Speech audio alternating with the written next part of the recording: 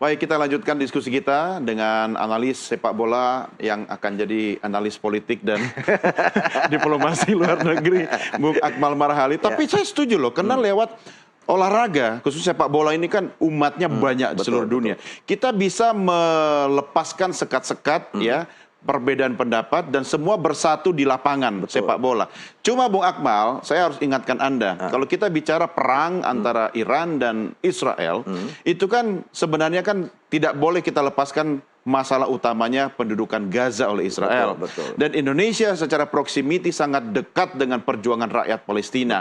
Saya curiga itu yang menjadi penghambat untuk memindahkan tuan rumah ke Indonesia karena dianggap tidak fair tadi. Ini pro kepada sekali tidak bisa bilang Palestina, tetapi temannya Palestina. Itu kan kalau bicara masalah politik gitu kan. Ini kan kalau mau bicara regulasi yang dibuat oleh FIFA dan AFC terkait babak 4 besar ini gitu. Dan saya pikir itu terlalu jauh lah. Kita kan juga tidak terlibat dalam perang itu gitu kan. Walaupun kita menjadi negara yang sangat dominan untuk memperjuangkan Palestina merdeka, tapi kan kita tidak terlibat dalam peperangan-peperangan yang terjadi gitu kan. Bahkan kita mengambil jalur diplomasi gitu untuk kemudian terciptanya perdamaian di jalur Gaza antara Palestina dan Israel. Dan langkah-langkah itu selalu dilakukan oleh Indonesia. Indonesia tidak pernah menyatakan peperangan adalah sebagai pilihan.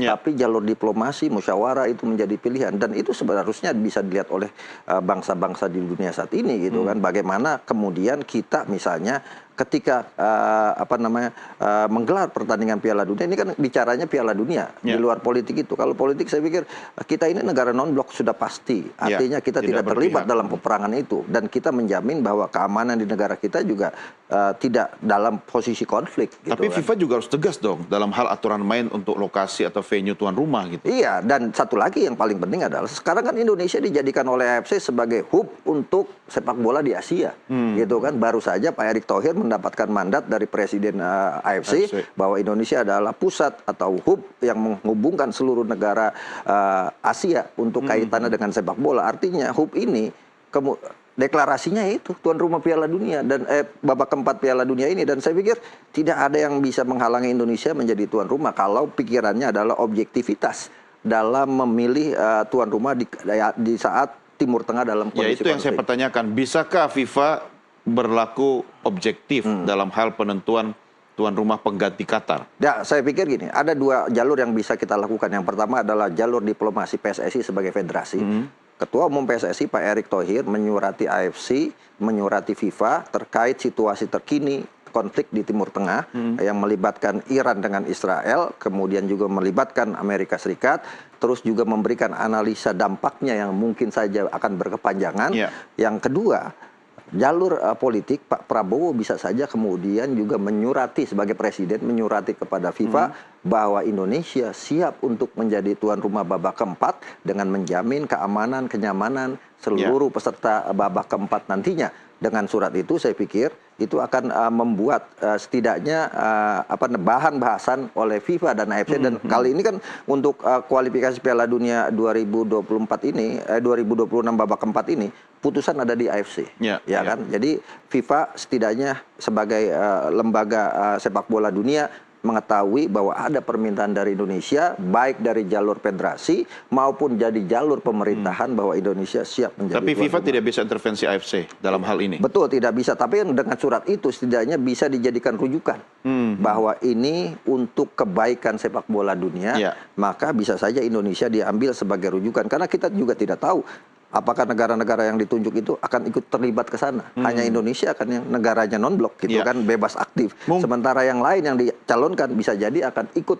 dalam baik itu urusan angkat senjata atau ikut campur dalam pemikiran-pemikiran terhadap situasi kondisi yang tidak kondusif. Atau mungkin dalam proses lobby ketum PSSI itu bukan hanya ke FIFA dan AFC, tapi juga ke Qatar untuk kemudian bagaimana ketika dia diminta di lobi untuk melepaskan haknya, tentu kan ada semacam, saya nggak tahu bahasanya pakai penalti lah atau oke lah, dia kan sudah keluar kos yang gede nih untuk menjadi tuan rumah kan, mungkin itu salah satu kekuatan kita untuk kita ganti atau kompensasi atau apa begitu ya? Ya gini, dalam konteks karena kebetulan negara peserta babak keempat ini adalah negara Timur Tengah yang mayoritas adalah orang Islam, gitu kan, mayoritas Muslim, bahkan Indonesia juga mayoritas Muslim juga.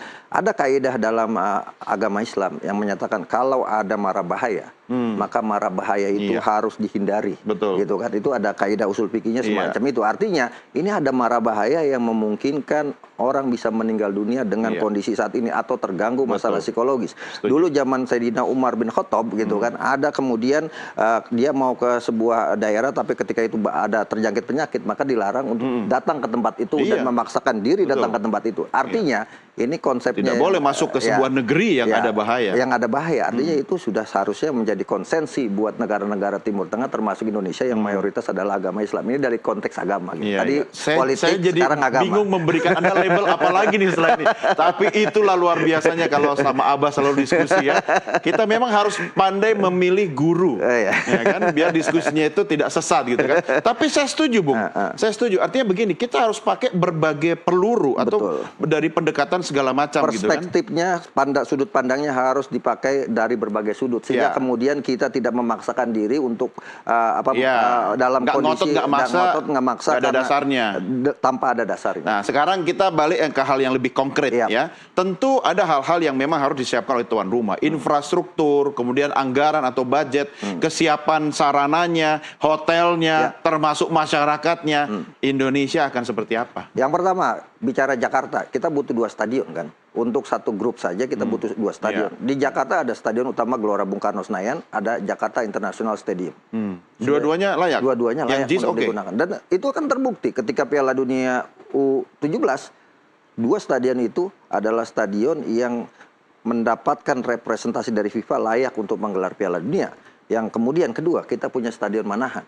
Kita punya stadion Maguwoharjo misalnya, atau kita punya Gelora Bung Tomo, atau kita di Bandung ada stadion Sijalak Harupat, Gelora Bandung Lautan Api, dan semuanya itu dulu ketika kita mengajukan jadi tuan rumah ada 8 stadion kita yang layak untuk menggelar Piala Dunia, dan itu hasil dari rekomendasi FIFA dan hasil tinjau yang dilakukan oleh FIFA. Artinya itu Piala Dunia pesertanya ketika itu jumlahnya 24 tim. Dan sekarang kan cuma 6.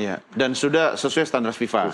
Dan dianggap sukses menggelar Piala Dunia. Tapi waktunya 3-4 bulan kita juga ya gelagapan loh kalau untuk menyiapkan. Saya pikir tidak, akomodasi kita sudah ada juga kan, tidak berkurang. Kemudian apakah kemudian setelah Piala Dunia U17 akomodasi kita ada hotel yang hilang dan sebagainya? Nggak ada juga gitu kan. Apakah training center juga ada yang hilang dan kemudian berubah wujud jadi candi apa gitu kan nggak juga. Semua kan masih terjaga dan bahkan kita pemerintah kan baru saja melakukan perbaikan sejumlah stadion di sejumlah tempat yang levelnya atau